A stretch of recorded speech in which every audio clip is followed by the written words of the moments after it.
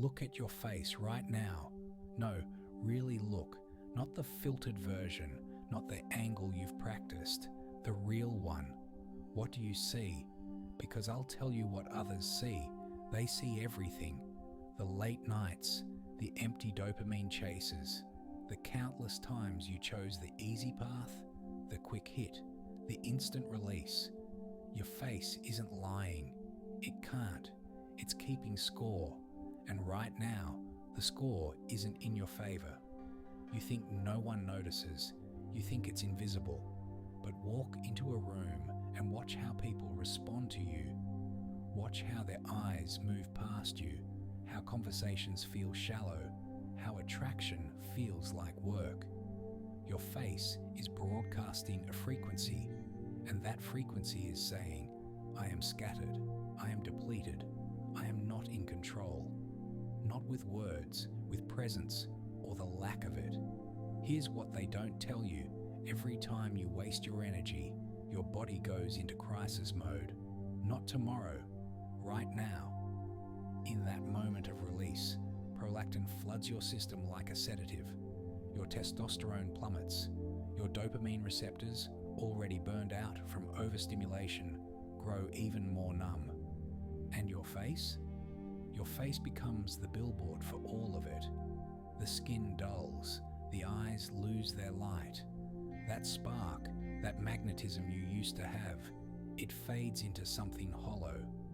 You start looking tired even when you've slept, stressed even when nothing's wrong, older than you are, weaker than you should be, because your body isn't just recovering from one moment of weakness. It's recovering constantly. It's always trying to recalibrate, always scrambling to rebuild what you keep tearing down.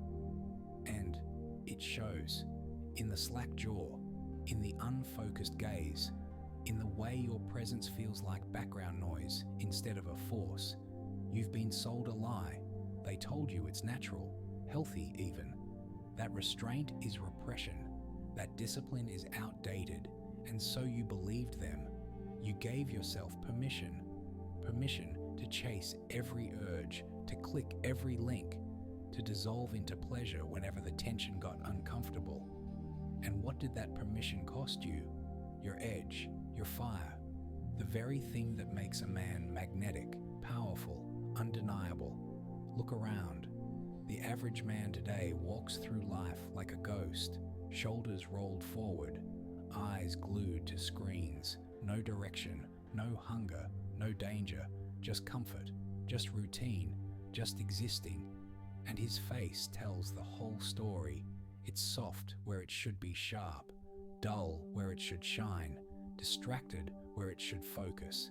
He's been drained, not by the world, but by himself, by 1,000 small surrenders, by choosing release over restraint, comfort over conquest. But you're not average, or at least you don't have to be. Something shifts when you stop wasting your energy.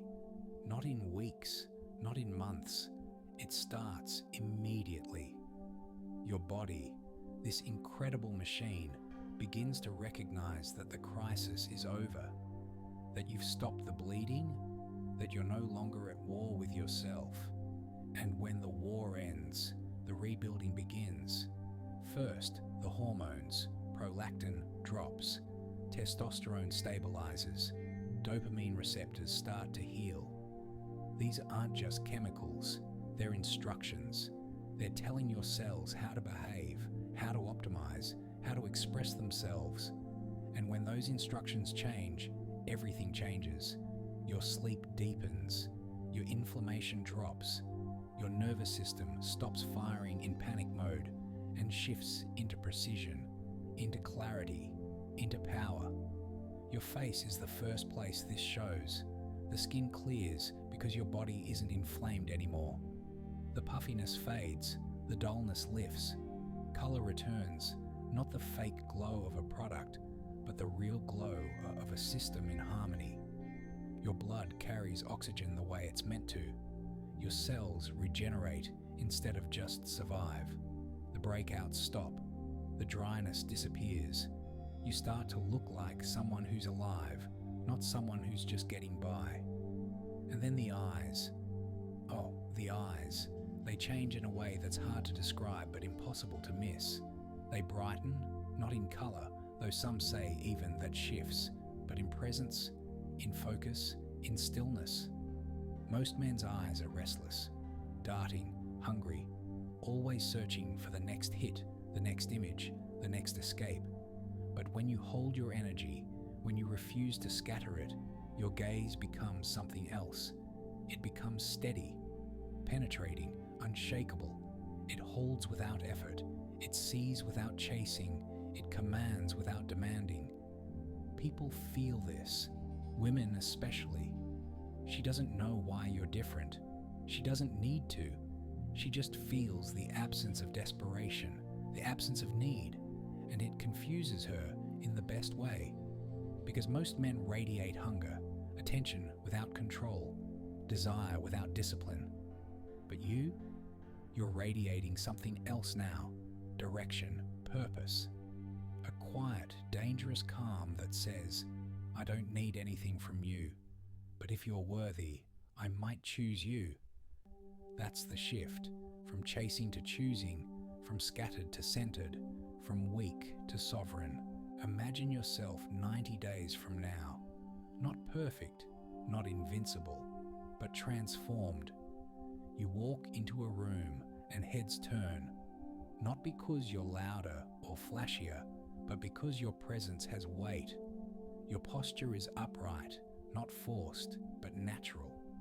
Your shoulders carry something now, responsibility, strength, the quiet confidence of a man who's mastered himself.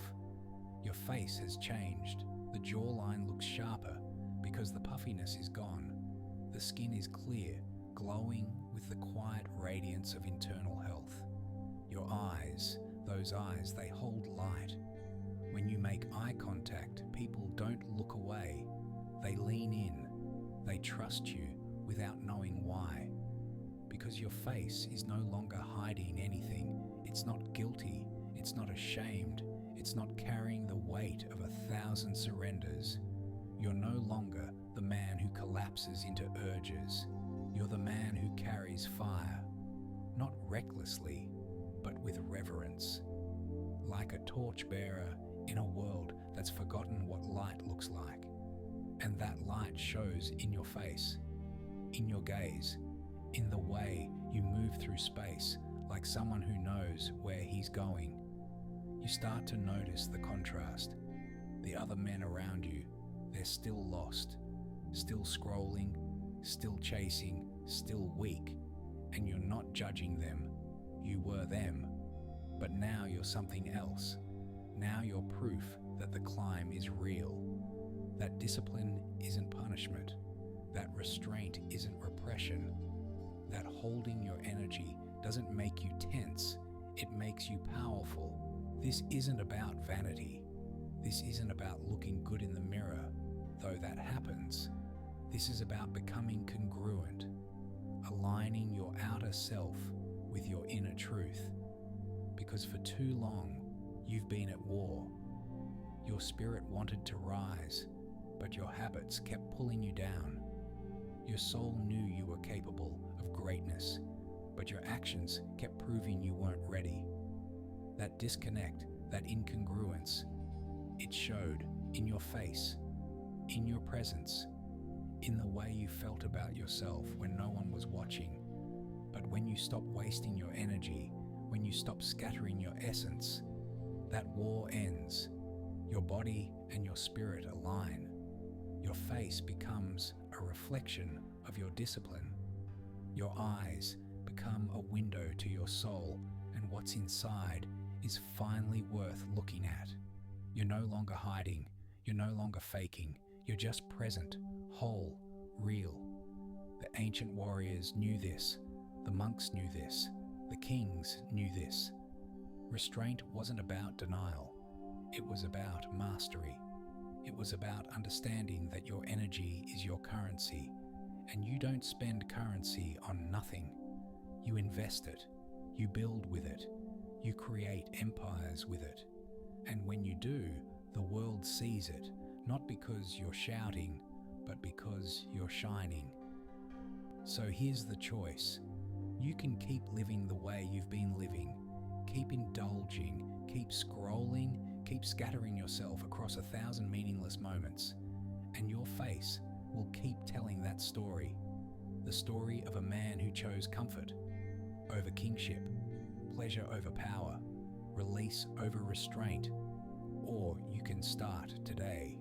Right now, you can decide that your energy is sacred, that your essence is not disposable, that you were made for more than this.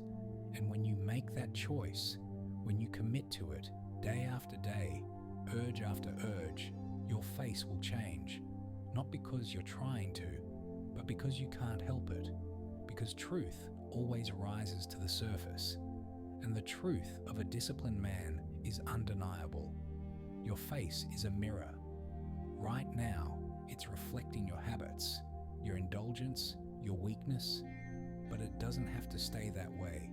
Change the habits, and the mirror changes too. Guard your energy, and your face becomes a weapon, a signal, a beacon, not of perfection, but of power, of a man who chose himself, who chose mastery, who chose to rise. 90 days, that's all it takes. 90 days of saying no, of holding the fire instead of spilling it, of carrying tension instead of collapsing into it. And at the end of those 90 days, you won't just look different, you'll be different, and everyone around you will feel it. The man you're becoming is already inside you. He's just buried under the rubble of all the times you chose weakness. But every day you resist, you clear one more stone. Every urge you overcome, you carve one more line, and slowly, deliberately, inevitably, he emerges. Not loud, not flashy, but undeniable. Your face will change, your presence will change, your life will change. The only question is, will you?